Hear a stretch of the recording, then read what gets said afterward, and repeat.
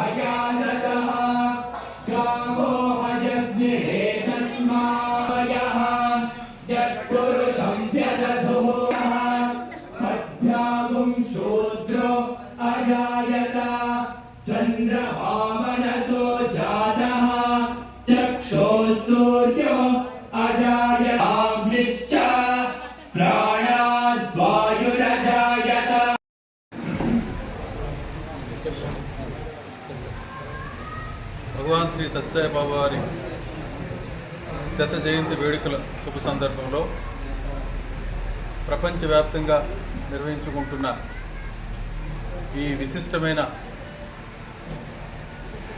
వాతావరణంలో భగవాన్ శ్రీ సత్యసాయి బాబా వారు అవతరించి నేటికి 100 వసంతాలు పూర్తి చేసుకుంటున్న ఈ కార్యక్రమంలో గోదావరికని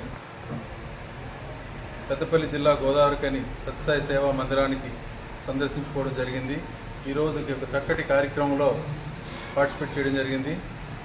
ఏంటంటే శ్రీ సత్యసాయి కళ్యాణ మండపం పేరిట ఎన్నో వందలాది కుటుంబాలకు, నిరుపేదలైన కుటుంబాలు ఎవరైనా శక్తి లేక వాళ్ళ ఇళ్లలో శుభకార్యాలు కానీ చేసుకోలేని పరిస్థితుల్లో ఉంటే వాళ్ళకి ఉచితంగా ఈ యొక్క కళ్యాణ మండపాన్ని అందించే క్రమంలో సత్యసాయి సేవా సమితి గోదావరికని వాళ్ళు సంకల్పించుకున్న ఈరోజు ప్రారంభించుకున్న ఈ కార్యక్రమం చక్కటి సేవా కార్యక్రమం. ఇది సమాజానికి అతి ఉపయోగకరమైన సేవా కార్యక్రమం. ఇది భగవంతుని యొక్క శతవర్ష జన్మదిన వేడుకల శుభ సందర్భంలో సమాజానికి అంకితం చేసుకున్న ఒక చక్కటి సేవా కార్యక్రమం.